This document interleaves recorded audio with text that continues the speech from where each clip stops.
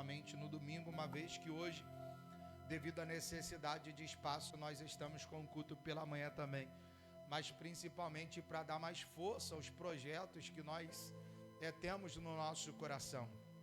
Existem projetos que estão nascendo no nosso coração e eu acredito que com essa obra vai ampliar, né? Eu sempre ponto isso aqui. Nós temos sexta-feira o projeto de balé, mas a fila, diaconisa Tati pode falar melhor do que eu, acho que ela está na sala 2. A fila de entrada para o balé das crianças está enorme, irmãos. Existem pessoas aqui do bairro dizendo: pastor, arruma uma vaguinha para minha sobrinha, para minha filha. Eu falo, eu não tenho onde colocar, infelizmente. Então a gente precisa avançar. Os meninos me cobram também um projeto de luta. Então orem por nós, irmãos. Eu acredito que Deus envia o recurso quando existe a visão. Nós não terminamos a obra de expansão, só que eu falo porque eu não tenho isso. Vai falar. Não, eu falo mesmo, irmão. Eu declaro aquilo que eu acredito. A gente tem um desejo muito grande, não é nem de só expandir, mas pegar o galpão do lado. Eu e o Rafael, a gente tem conversado muito acerca de um projeto que nós estamos para essa localidade, que é ter aqui do lado um dia psiquiatra, outro dia psicólogo, outro dia fisioterapeuta, outro dia vai ter um nutricionista, um assistente social, para a gente conseguir atender de maneira melhor possível, não só a igreja, a comunidade. Eu acredito que a igreja ela não deve impactar apenas dentro das quatro paredes, mas principalmente fora dela. Então o pastor Jefferson pontuou que nós estamos aí nessa obra. Essa semana levanta. Os homens estiveram aqui também cavando as sapatas. As reuniões de homens sempre são uma bênção, irmãos. A gente mortifica a carne. Se não for na oração, é no cansaço mesmo. E Deus tem sido glorificado. Mateus capítulo de número 5, versículo de número 17. Se você encontrou o texto, diga amém. Glória a Deus. Escrito está: não cuideis que vim destruir a lei ou os profetas, mas não vim destruir, mas cumprir. Porque em verdade vos digo que até que o céu e a terra passem, nem um jota ou tio jamais passará da lei sem que tudo seja cumprido. Qualquer, pois, que violar um deste mandamento, por menor que seja, e assim ensinar os homens, será chamado o menor do reino dos céus. Aquele, porém, que os cumprir e ensinar, será chamado grande no reino dos céus. Porque vos digo que, se a vossa justiça não exceder a dos escribas e fariseus, de modo nenhum entrareis no reino dos céus. Mais uma vez, o versículo de número 20, que está escrito: porque vos digo que, se a vossa justiça não exceder, se você puder, sublinhe essa palavra, exceder, a dos escribas e fariseus, de modo nenhum entrareis no reino dos céus. E você diz amém.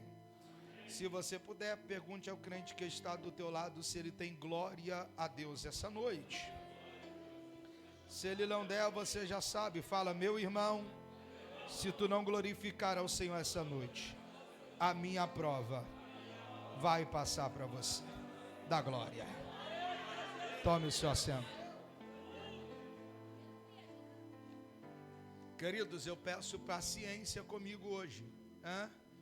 Eu desacostumei esse negócio de pregar fora. Essa semana eu fui pregar fora. Ontem eu preguei num condomínio fechado, né? Vila do João. É algo assim extraordinário. Lugar bom. Então a gente está muito cansado, irmãos. Pregamos hoje de manhã também, mas eu creio que nós vamos chegar.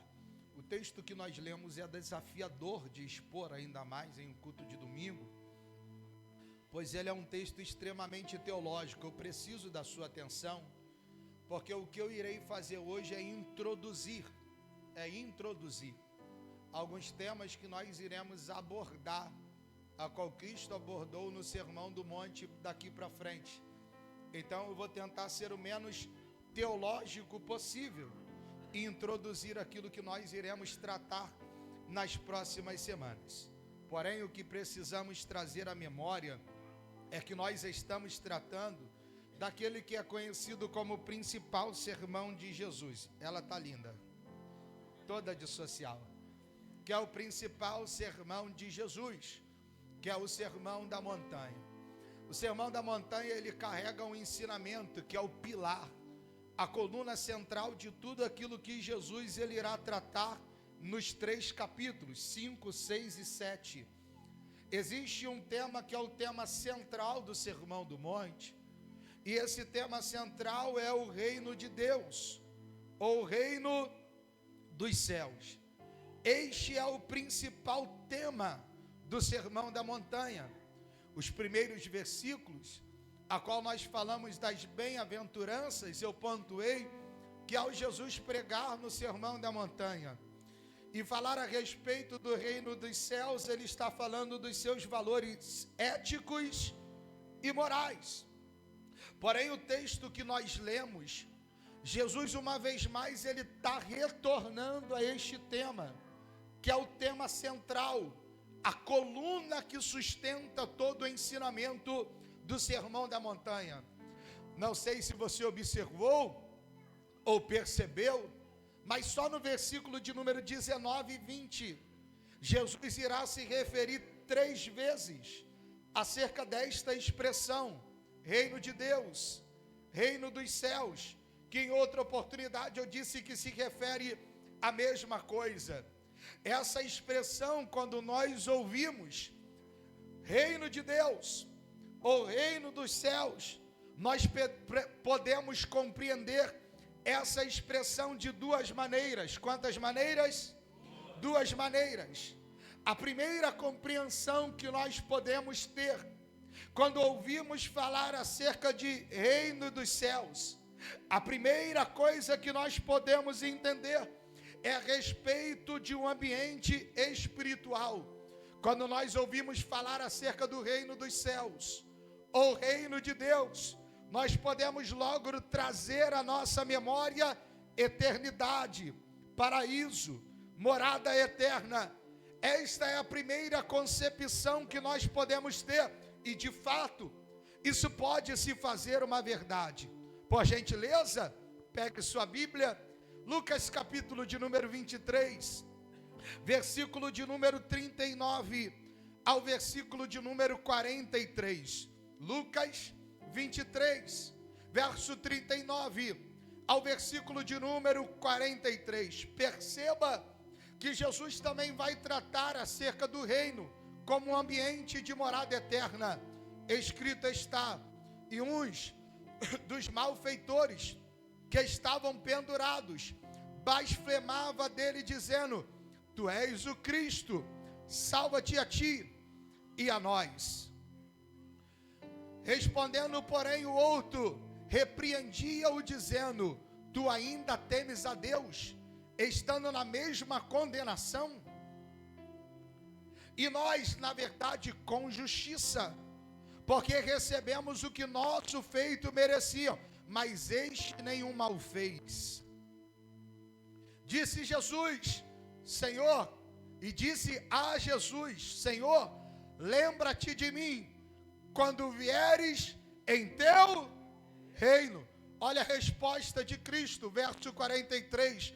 E disse-lhe Jesus: em verdade te digo que hoje estarás comigo no paraíso. Perceba que nós podemos entender, quando ouvimos falar acerca desta expressão, reino de Deus, reino dos céus, como uma morada eterna.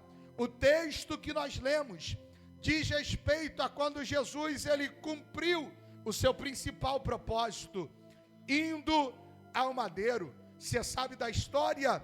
Quando Cristo ele está no madeiro, a Bíblia diz que o ladrão da cruz da esquerda, e não é eu que estou dizendo, o da esquerda, ele olhou e falou: se tu és o Cristo, salva-te a ti e salva a nós. Só que o da direita vai olhar e vai dizer: rapaz, versão Tiago Lourenço, rapaz, você não tem temor, nem mesmo nessa situação. nem mesmo em um momento delicado. Você não entende que nós estamos aqui devido ao que nós merecemos, mas Ele mal nenhum fez. Observe o que Ele vai dizer: lembra-te de mim quando entrares no teu reino. Jesus vai pontuar em resposta dizendo: ainda hoje estará comigo no paraíso. Era Cristo mostrando, em primeiro lugar, que o reino dos céus também se refere-se a uma morada eterna, mas em segundo, mostrando para mim, mostrando para você, que nem que seja no último momento, existe salvação para aquele que se arrepende de verdade. Aquele que vive debaixo da autoridade do reino não será esquecido, mas viverá eternamente com Ele. A segunda concepção que nós temos quando é falado a respeito desta expressão é que Jesus, Ele está dizendo, nos mostrando, revelando: esse tá bom, som, tá maravilha também, você tá bom, hein? Aplauda o Senhor Jesus pelo sonoplasta da igreja, irmão. Glória a Deus. Ele viu que o pastor está sofrendo. Queridos, a segunda compreensão que nós devemos ter, diferente da primeira, de ser a eternidade, paraíso, é que quando diz a respeito do reino dos céus, também diz a respeito de estar debaixo de uma autoridade. Eu te provo, não precisa abrir. Mateus capítulo de número 14, versículo de número 17. Jesus começa a pregar. Jesus inicia o seu ministério. E a mensagem que Jesus prega é: arrependei-vos, porque é chegado o reino dos céus. Ora, se reino dos céus, dentro do texto que nós lemos, diz respeito à eternidade, porque ele está dizendo que agora na terra é chegado o reino. É incompatível, porque afinal, quando nós falamos de eternidade, falamos de um lugar sem choro, sem dor, sem decepções. Nós falamos de um lugar que estamos resguardados nele. Só que agora é Cristo na terra, dizendo: é chegado o reino. O que Jesus estava falando, que não era necessário você ir à eternidade, esperar os últimos dias da sua vida, mas que ainda em vida você consegue enxergar o reino de Deus. Isso não está atrelado ao ambiente da eternidade, ao paraíso, mas está atrelado a estar debaixo da autoridade dele. Quando ele diz: eis que é chegado o reino, significa que todo aquele que se submeter à vontade do rei desse reino, viverá o reino de Deus ainda nesta terra. Como é chegado o reino dos céus? O reino dos céus não foi chegado para todos, não, mas para aqueles que se submeteram à autoridade da palavra de Cristo Jesus. Não é para todos, mas para aqueles que se submetem à autoridade do Rei dos Reis e do Senhor dos Senhores. Eu te provo que no tempo em que Cristo pregou, existiram aqueles que viveram a realidade do reino, mesmo ainda estando nesta terra, enquanto outros não viviam esta realidade. Eu te provo, enquanto para quem estava vivendo fora desta autoridade, não se submetendo à palavra de Cristo, estes perseguiam a Jesus, dizendo: não é lícito curar no sábado. Para outros, para aqueles que se submeteram à autoridade, estavam debaixo da sua palavra.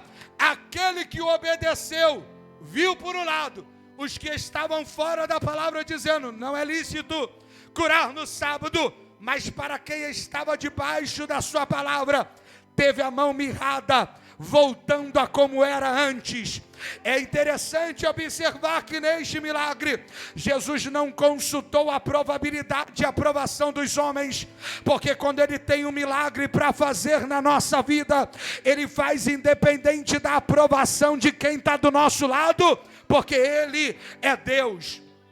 Enquanto quem não se submeteu à autoridade desse reino, dizia ao cego: cala-te. Aquele que estava debaixo da autoridade deste reino voltou a ver e foi curado da sua cegueira.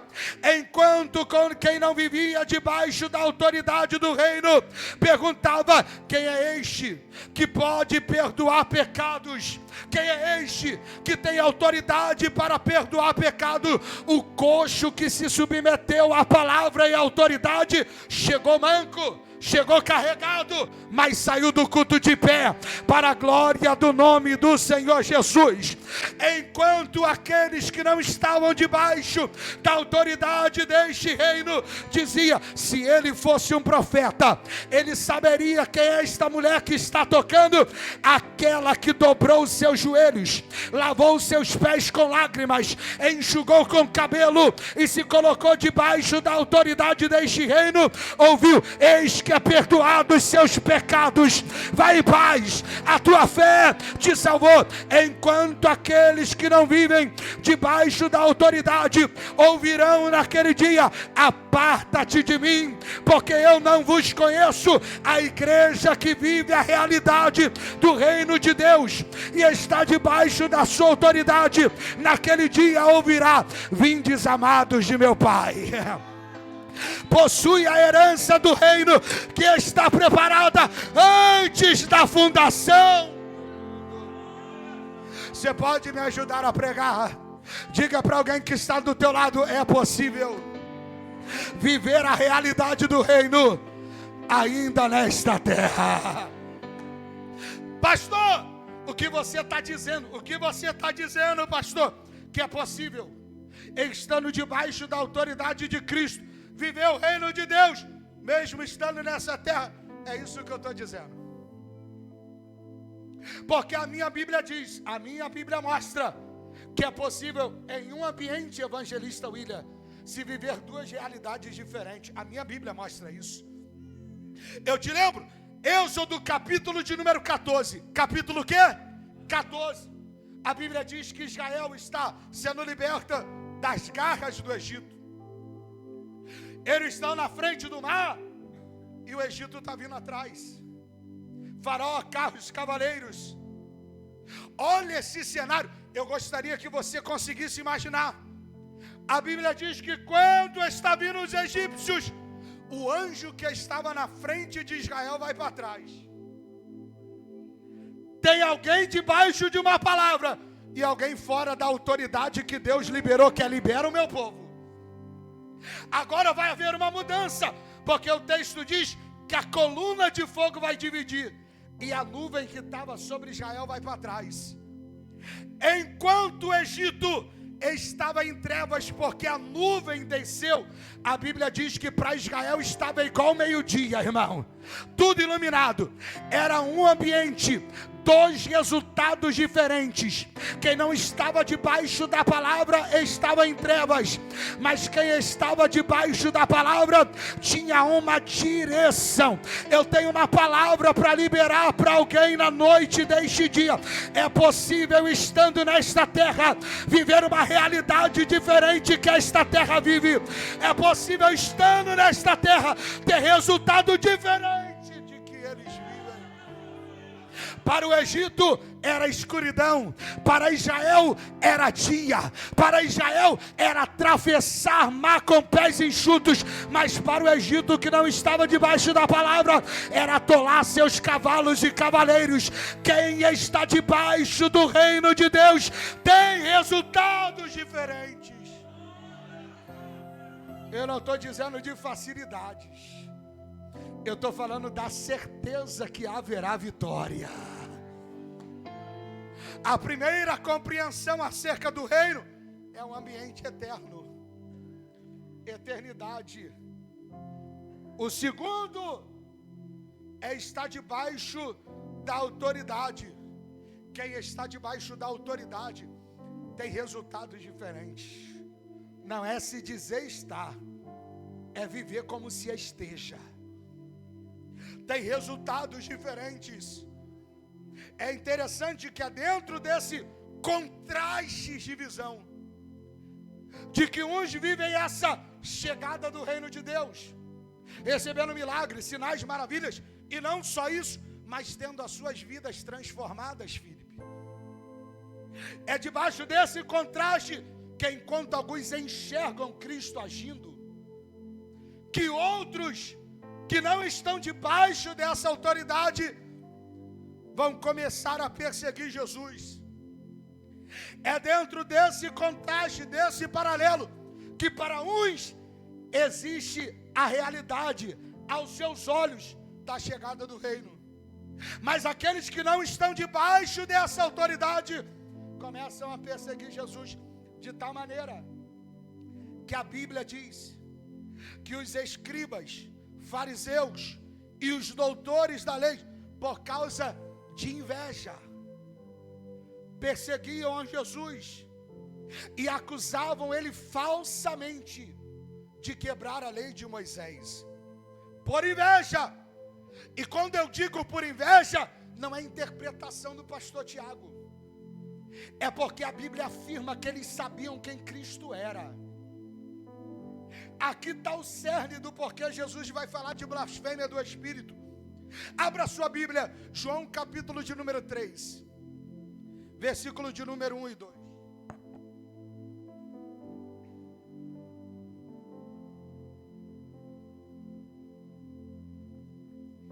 João capítulo 3, 1 e 2. Observe que eles tinham a certeza de quem Cristo era. Havia entre os fariseus um homem chamado Nicodemos. Quem ele é? Príncipe dos judeus. Era um fariseu. Este foi ter de noite com Jesus e disse-lhe: Rabi, observe, ele não diz assim, ó, eu sei. Não, ele diz o que? Nós bem sabemos. Ele é chefe dos fariseus. Ele está dizendo por todo, ele está dizendo, bem sabemos que és mestre vindo de Deus. Ele ainda conclui, porque ninguém pode fazer esses sinais que tu fazes se Deus não for com ele. O que ele está dizendo é: te perseguem, mas eles bem sabem quem tu és. Isso daqui é a concepção, porque tem muita gente que não entende o que é blasfêmia contra o Espírito, pecado não perdoado. Eu não vou pedir para abrir para ganhar tempo, só que a Bíblia diz em Mateus 12, 22 a 31, que Jesus agora, ele vai começar a expulsar demônios. Os fariseus vão dizer assim: ele expulsa demônio em nome do Deus Ebu, príncipe dos demônios. Jesus, ele vai dar alguns ensinamentos. Primeiro, que reino dividido não prospera. Eu estou com vontade de falar um negócio. Posso, pastor Gerson? Ou vai pesar a mensagem? É por isso que tem um negócio que o diabo gosta, é fofoca, irmão. Pensa, um negócio bom, porque divide todo o ambiente. Graças a Deus essa praga não chega aqui. Reino dividido não prospera. Só que depois Cristo conclui. Ele vai dizer da seguinte maneira: que o pecado de blasfêmia contra Cristo, contra o Espírito, é um pecado imperdoável. Porque Jesus está falando dentro desse contexto que os fariseus estão o acusando de expulsar demônio em nome dos príncipes do demônio sobre blasfêmia, porque Cristo sabia que eles na verdade sabiam que Jesus era o Cristo. Sabe o que é blasfêmia contra o Espírito? Você atribuir ao diabo aquilo que você tem certeza que é de Deus.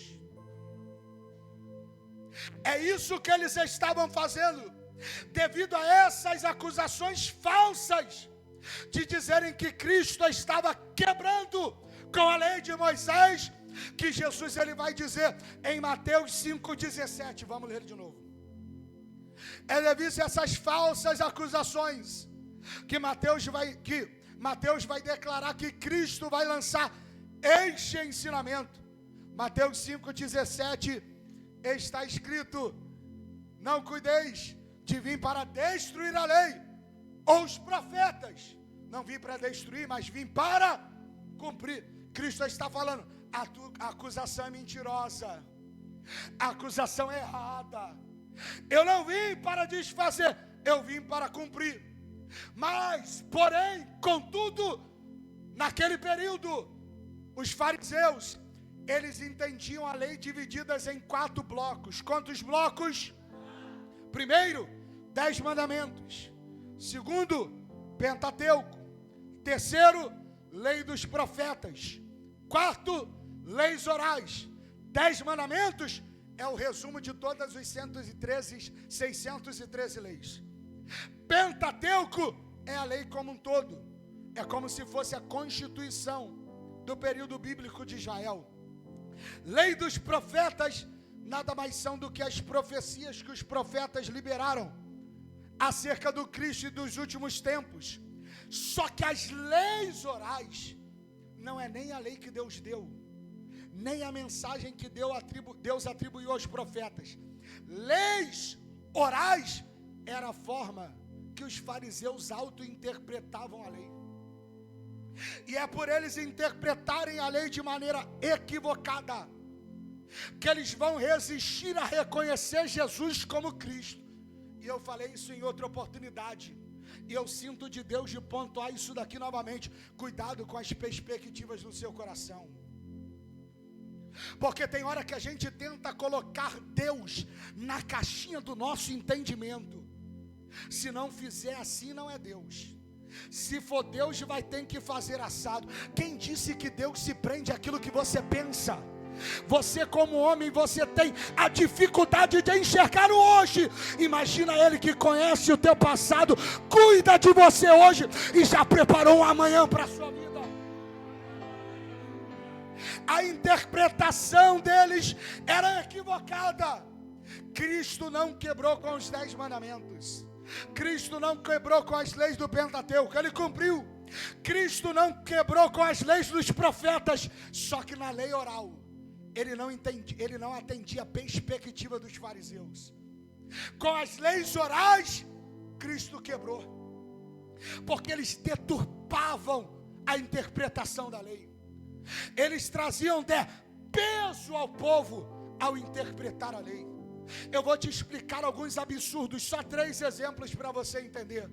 Lembrando que eu estou introduzindo a próxima mensagem só. Primeiro absurdo: na lei, dia de sábado, não poderia, William, caminhar mais de 1,5 km, a não ser que fosse navegando sobre as águas. Sabe o que eles faziam, Gabriel? Eles colocavam água em suas carroças, pisavam na água da carroça para poder se locomover mais de 1,5 km. Eles burlavam a lei. A lei dizia que no sábado não poderia produzir fogo. Isso é até hoje. Eles interpretam de maneira equivocada, de tal maneira. Eu lembro do Diego quando eu falo isso, mas eu tenho que falar, Diego. Posso falar, Diego? Quando eu fui em Israel, dentro de Israel, os hotéis têm um elevador chamado elevador do sábado, que ele para em todos os andares no sábado, porque eles interpretam que apertar o botão do andar é produzir fogo. Nas casas, na sexta, já tem um bistrô para conseguir manter a comida aquecida, porque eles não acendem fogão. Eles interpretavam a lei de maneira equivocada acerca de curar no sábado, porque para eles cura no sábado era trabalho, sendo que existe um preceito na lei. Pergunta qual? A vida é mais importante do que a lei.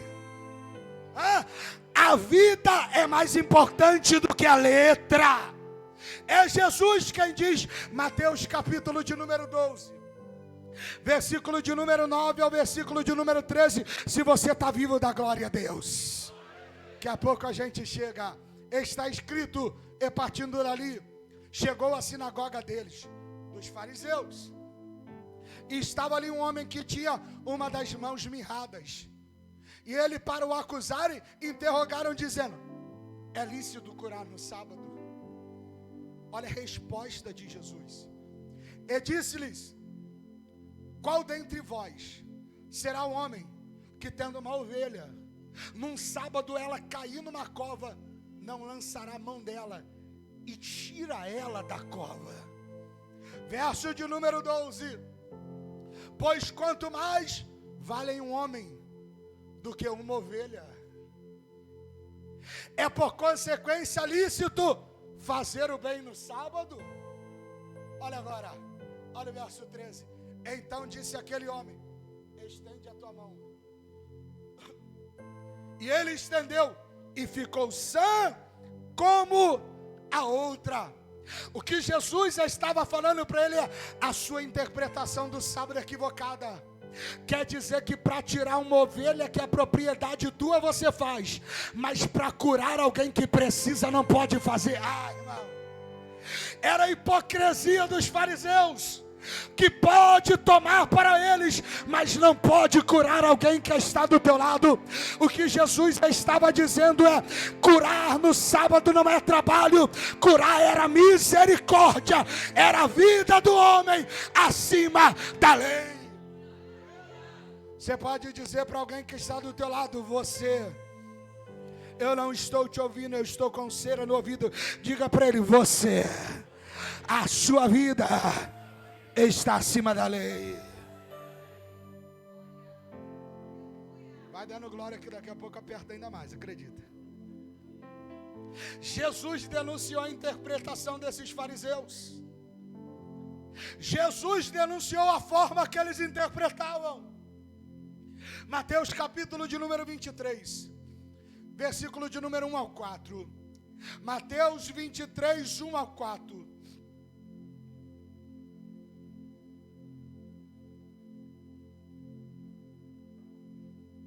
Então falou Jesus à multidão e aos seus discípulos, dizendo: na cadeira de Moisés estão assentados escribas e fariseus.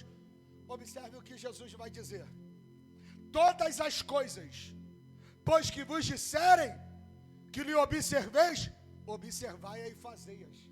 Primeiro ponto que Jesus está dizendo é: o que eles falarem para vocês, ouçam e praticam o que eles falam.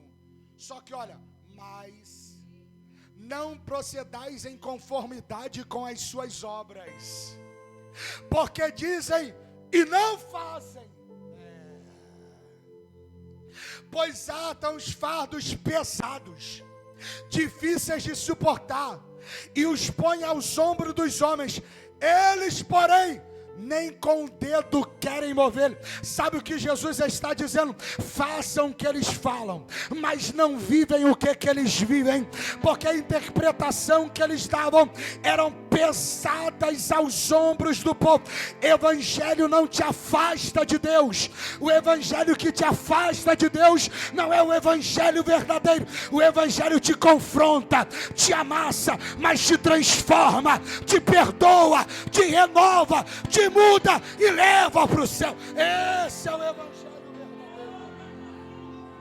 Evangelho também não é você é lindo, viva uma vida de pecado, Jesus te perdoa, não. Evangelho diz: seja mudado, transformado, não se contente com as coisas desse mundo, mas o Cristo que te exorta é o Cristo que te abraça. Só que a interpretação deles afastava, não trazia para perto, afastava o homem de Deus. Cristo está falando: observem como eles observam, mas não levam a vida que eles levam. O que Jesus estava dizendo é: a observação deles da lei até que pode estar ok, mas a vida que eles levam eles não conseguem cumprir, porque eles colocam fardos pesados sobre o homem. Quando Jesus ele diz que não veio para abolir, mas para cumprir, Cristo está revelando uma verdade. O que Cristo estava fazendo era atestando o missionário a Sara a veracidade do Antigo Testamento. Eu vi um vídeo na internet, eu falei isso mais cedo. Eu vi um vídeo na internet recentemente. Irmão, tem gente na internet que eu acho que não tem o que fazer, não. Mas era um vídeo numa sala e alguém perguntava: pastor, o que a gente prega aqui na igreja? Ele: só o evangelho, não pregamos o Antigo Testamento. Eu me perguntei: qual é a visão que ele tem sobre o Antigo Testamento? O Antigo Testamento não é conto de fada, irmãos. Não é Chapeuzinho Vermelho, Pinóquio, não é Branca de Neve. O Antigo Testamento é a sombra profética daquilo que se revela no Novo. A coluna central da palavra é Cristo, desde o Gênesis até o Apocalipse. O que Cristo estava fazendo era atestando a veracidade das Escrituras. Até porque no deserto foi das Escrituras que Cristo se utilizou para expulsar o diabo diante da sua presença. Porque o diabo disse: se prostrares e me adorares, eu te darei todos os reinos dessa terra. Jesus diz: não se prostrará diante de outros deuses. Estava escrito. Só que agora o diabo vai dizer: lança-te daqui, porque está escrito que se der ordem verá anjos ao seu respeito. Só que Jesus agora vai usar os profetas para dizer: também está escrito, não tentarás o Senhor seu Deus. Jesus estava atestando a veracidade das Escrituras, porque Jesus cumpriu com a lei dos profetas, e Jesus cumpriu com as leis civis e morais. Jesus cumpriu com os profetas, com as profecias messiânicas. O Evangelho de Mateus usa diversas vezes a expressão para que se cumprisse o que foi dito pelos profetas, porque Jesus cumpriu a lei dos profetas, o seu nascimento virginal e o seu nome por nome de Emanuel. Isaías capítulo de número 7, versículo de número 14, o profeta irá profetizar: eis que a virgem concederá e dará luz ao filho, e chamará o seu nome Emanuel. Mateus capítulo de número 1, versículo de número 22 e 23, está escrito que Cristo atendeu e cumpriu com a lei dos profetas. O local do nascimento, Jesus cumpriu. Miqueias, capítulo de número 5, versículo de número 2, estava escrito que o Messias, ele viria, nasceria de Belém de Eufrata. Mateus capítulo de número 2, versículo de número 5 e 6, está escrito que foi em Belém que ele nasceu, e os magos foram visitá-los. A entrada dele em Jerusalém, em cima de uma jumentinha. Zacarias capítulo de número 9, versículo de número 9, ei que o teu rei virá a ti, justo Salvador, pobre, montado sobre uma jumenta. Mateus 21, verso 4 e 5, Jesus entra em Jerusalém, montado em uma jumentinha. A crucificação e o seu sofrimento, Isaías 53, 4 e 5, verdadeiramente ele tomou sobre si as nossas enfermidades. O castigo que nos traz a paz estava sobre ele, e sobre as suas pisaduras nós fomos sarados. Mateus capítulo de número 28, Marcos 15, Jesus cumpria a palavra. Na sexta ele foi para o madeiro, mas no domingo Cristo ressuscitou e cumpriu a lei dos profetas. Cristo também cumpriu com as leis civis e cerimoniais e com as leis morais. Está escrito, Jesus cumpriu essas exigências. Ele se submeteu à lei desde o seu nascimento. Gálatas 4:4, mas vindo na plenitude do tempo, Deus enviou seu filho nascido de mulher, nascido sobre a lei, como a lei mandava. Lucas 22, 21 e 24. Ele foi circuncidado ao 8º dia, foi apresentado no templo por Simeão. Ele cumpriu a lei. Ele cumpre a lei de ponta a ponta, porque só Cristo, não havia nele pecado. Hebreus 4:15, tentando em tudo a nossa semelhança, mas sem pecado. Ele cumpriu a lei Ele cumpriu a lei no fim dos sacrifícios. Hebreus capítulo 10, versículo de número 1 ao 12. Não vou ler, mas diz que a sombra da revelação que é Cristo é a lei. Anualmente, o sacerdote deveria de pegar um cordeiro sem marcas, sem defeito, sem pecado, sacrificar para ter o perdão de Deus para o povo. Só que Cristo veio. O profeta disse que ele foi levado como um cordeiro mudo ao matadouro. Ele foi o sacrifício perfeito. Ele cumpriu a lei do sacrifício. É por isso que estamos aqui hoje, independente de erros, independente de falhas, independente de choro, independente de dor, por causa do sacrifício dele, por ele ter cumprido com a palavra, que temos direito de adorá-lo em espírito e em verdade. E quem foi resgatado por ele, deu um grito de glória ao nome. Ele é o sacrifício perfeito. Ele cumpriu com a lei. A acusação era mentirosa. Ele cumpriu com a palavra. Mas se ele cumpriu, porque está escrito que o fim da lei é Cristo. Hebreus diz que o fim da lei é Cristo. Porque está escrito que o fim da lei é Cristo. Se ele cumpriu,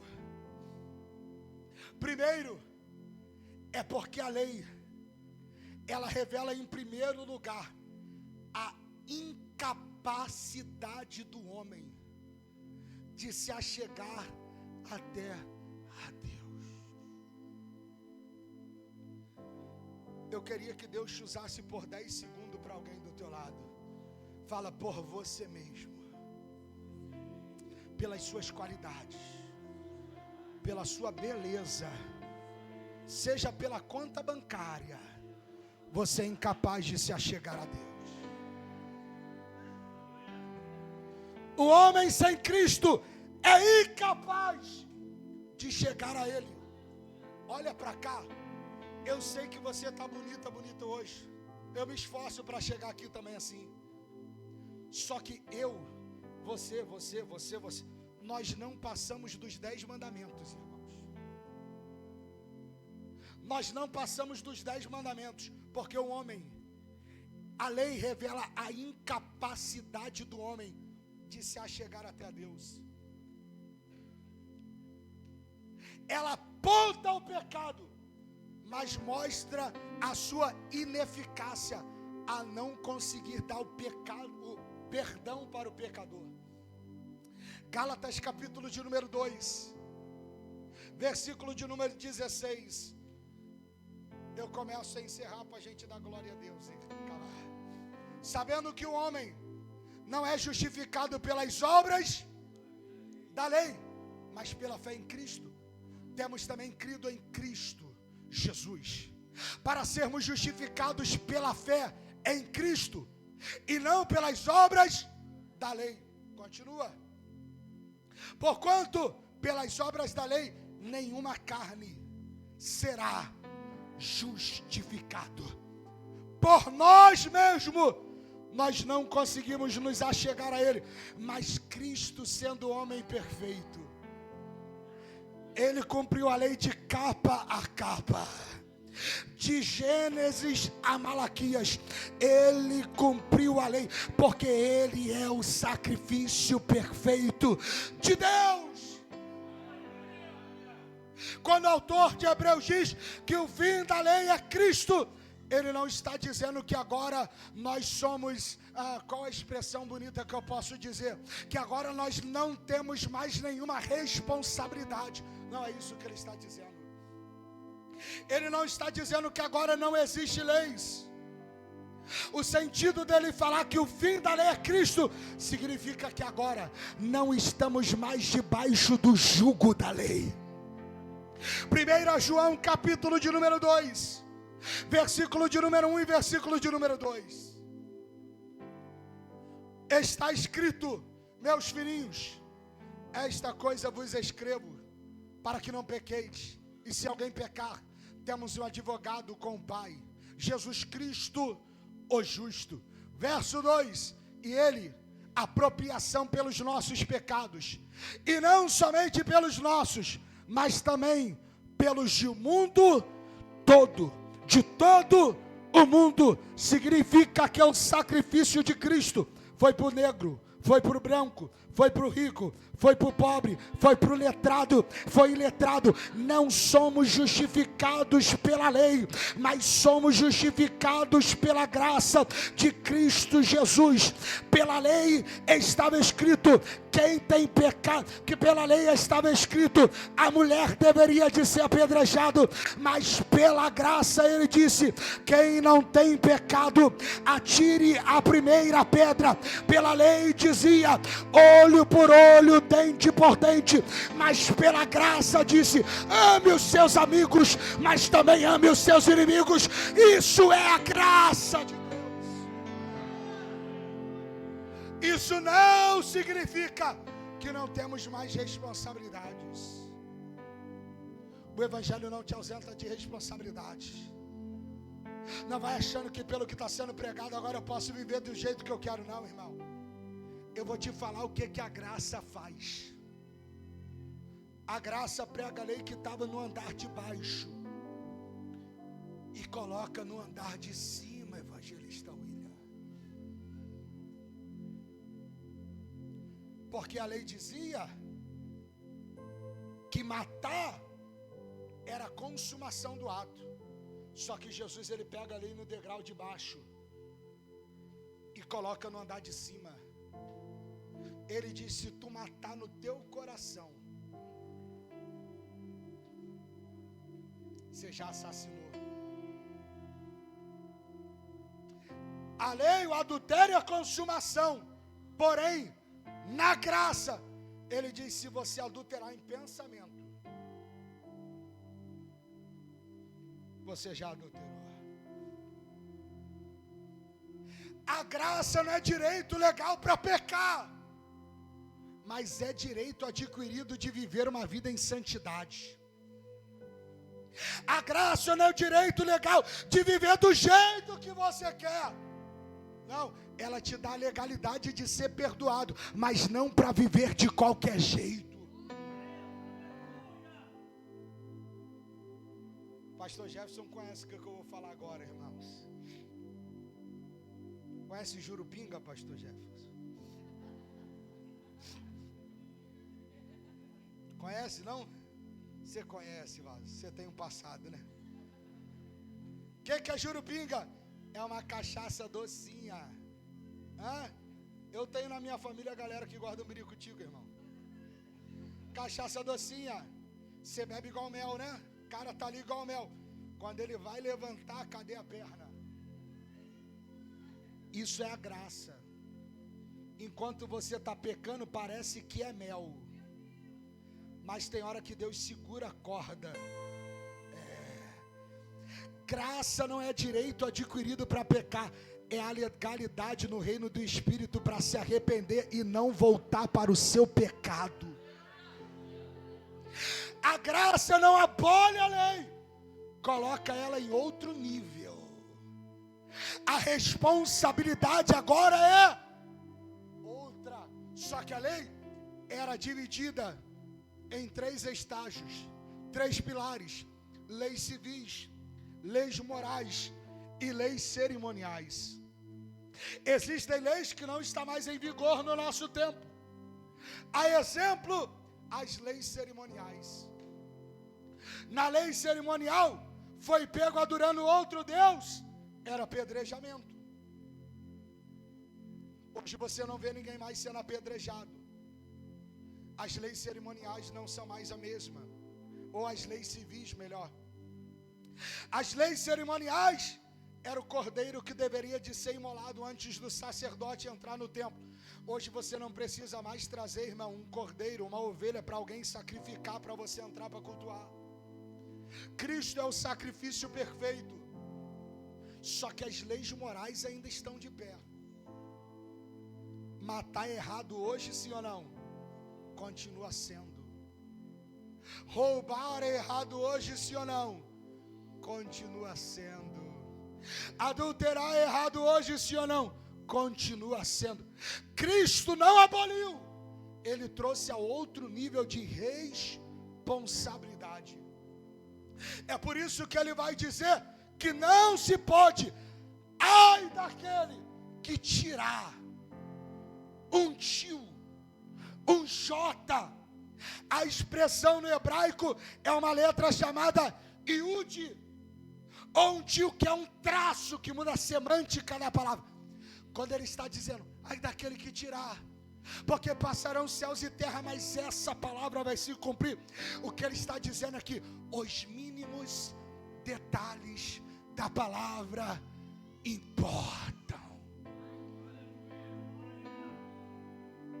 Sabe aquele detalhe que você quer ter a tua interpretação? Ai daquele que remover, ai daquele que tirar. Eu já falei isso aqui algumas vezes. Às vezes eu converso com algumas pessoas e falo, o fato de eu ser pastor não tira conflitos daqui. Existem coisas que o meu desejo é viver e falar de acordo com aquilo que eu quero. Mas quando eu olho para a palavra, eu submeto a minha vontade a nada e coloco a palavra dele acima da minha. Não existe desculpa para interpretar a palavra do jeito que você quer. Ai daquele, porque pode passar céu e terra, mas esta palavra permanecerá. Você pode colocar o texto para mim? Essa parte eu preciso pontuar. Versículo de número 19. Isso daqui é para gerar temor. Isso daqui é para colocar medo no nosso coração. Mateus 5,19. Qualquer, pois, que violar um deste mandamento, porque é menor, pode botar o verso 18.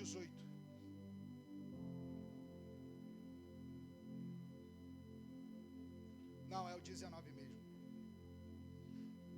Qualquer um, pois, que violar um deste mandamento, por meio que seja, agora olha isso, e assim ensinar os homens, isso daqui é de maneira deturpada, será chamado o menor no reino dos céus. Ai daquele que ensinar essa palavra de maneira errada, irmãos. A Bíblia diz que para aqueles que ensinam, que pastoreiam, o juízo será mais apertado, será mais pesado. Eu sei que tem gente por aí que já se esqueceu disso, mas ai daquele que interpreta a palavra de acordo com os desejos da sua alma, que deturpa aquilo que foi escrito, porque está escrito que passa céu, passa terra, só que esta palavra, ela não irá passar. Verso de número 20 eu encerro. Aqui a gente dá glória para terminar feliz. Porque eu vos digo que se a vossa justiça não exceder a dos escribas e fariseus, de modo nenhum entrareis no reino dos céus. O louvor pode subir. Olha o que Cristo está dizendo. Se a tua justiça não exceder a dos escribas e fariseus, vocês não entrarão no reino dos céus. Perceba que ele não está dizendo que nós não devemos praticar o que eles praticam. Ele está dizendo, se não exceder, se tu não viver ainda um passo a mais, tu não entra. Quem eram os fariseus? Os saduceus, os doutores da lei. Eram os homens que se gabavam de cumprir a lei. A Bíblia diz que eles iam para as praças públicas orar, para que todos pudessem ver a beleza da eloquência da sua fala. A Bíblia diz que eles estendiam os filactérios, as leis, para que todos pudessem ver a sua suposta santidade. Eles aumentavam as franjas de suas vestes como um sinal de santidade ao Senhor. Eles davam dízimo até das suas hortas. E o problema não é o cumprimento, porque Jesus está dizendo que deve exceder. Em outras palavras, faça como eles estão fazendo, mas faça mais. Qual era o problema deles? É que eles viviam por fora. Mas aqui, ó, eles viviam uma santidade aparente para os homens, mas tinham um coração corrompido diante de Deus. Quando Jesus está dizendo que a nossa justiça deve exceder a deles, o que ele está falando é: cumpram como eles cumpram, mas vivem de maneira diferente que eles vivem. Eu falei isso daqui mais cedo, e eu preciso falar para você essa noite. O evangelho não deve mudar apenas o teu guarda-roupa. Evangelho não é apenas trocar o short curto pelo short longo. Não é trocar pela saia, não é.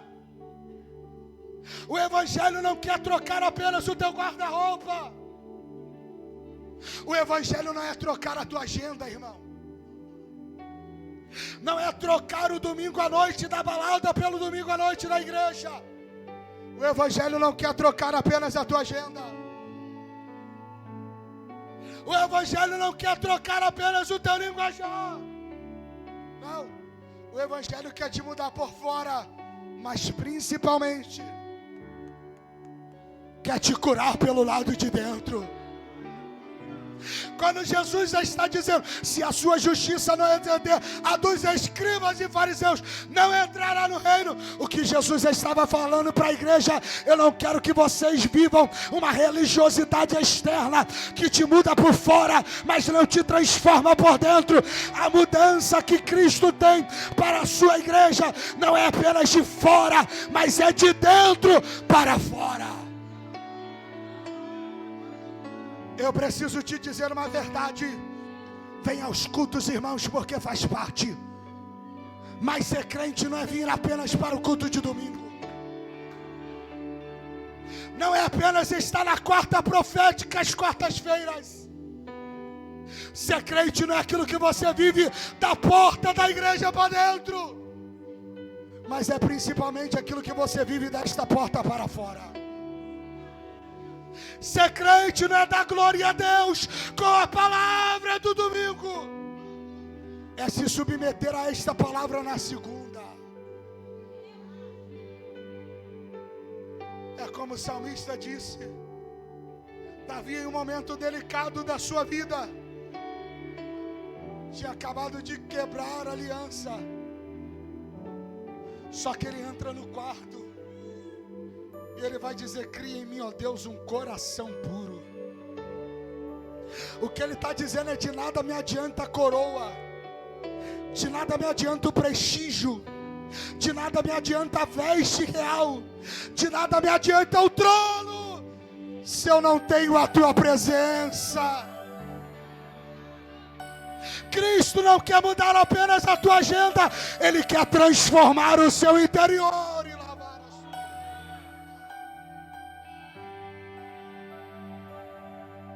Ele não quer apenas você, mulher, com coque, não é sobre isso, não é. Ele quer transformar você pelo lado de dentro. Quando Jesus diz que se a sua justiça não exceder a dos escribas e fariseus, o que é que ele está dizendo é: não basta você mudar quem você é por fora, eu quero te transformar pelo lado de dentro. Para mim, o cerne do evangelho é Romanos 12:2. Não vos conformeis com as coisas desse mundo, mas transformai-vos pela renovação do vosso entendimento. Ouça o que eu vou te dizer com temor. Isso serve para mim, porque está escrito que aquele que está de pé, cuidado para que não caia. Mas tem gente que vai passar uma vida na igreja, que vai ter a sua agenda preenchida com as coisas da igreja, mas vai para o inferno, irmão. Porque Cristo não quer apenas o teu corpo, Ele quer a sua alma. Ele não quer limpar aquilo que você fazia no passado de maneira externa, não. Ele quer mudar o teu interior, o teu coração. É por isso que a Bíblia diz que Ele está em busca, Jordão, dos verdadeiros. Dos verdadeiros que adoram em espírito e em verdade. Olha o contraste, Vitória. A mulher chega e diz: é no Monte Gerizim ou é em Jerusalém? Ele parece que Jesus está falando: tu está se preocupando muito com o externo. Eu estou procurando aquele que adora em espírito. Ninguém vê, mas está lá. É uma alma transformada, é um coração quebrantado, é uma mente renovada. Ele está em busca. A palavra verdadeira aqui é inteiro, é integridade, é sem máscara, é sem falsidade, é com verdade por fora, mas é com verdade por dentro. Se coloque sobre os seus pés. Eu sinto a presença de Deus aqui. Eu sinto a presença de Deus aqui. É noite de arrancar com as máscaras e declarar para Ele: não mude apenas a minha agenda, mude o meu coração. Não mude apenas quem eu sou por fora, me transforma pelo lado de dentro. Isso é justiça que excede dos fariseus. Não é apenas uma religiosidade aparente, irmãos, mas é uma transformação da sua alma e daquilo que você é.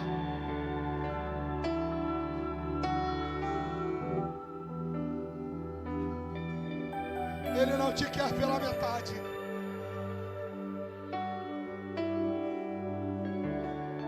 Ele não te quer dividido.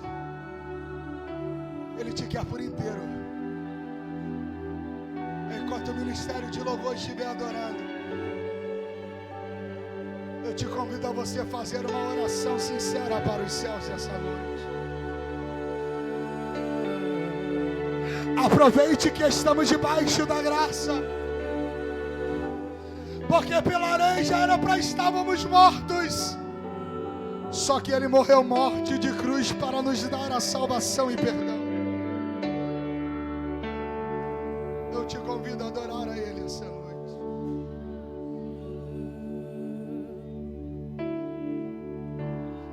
Quantas vezes já tentei me esconder, preocupado com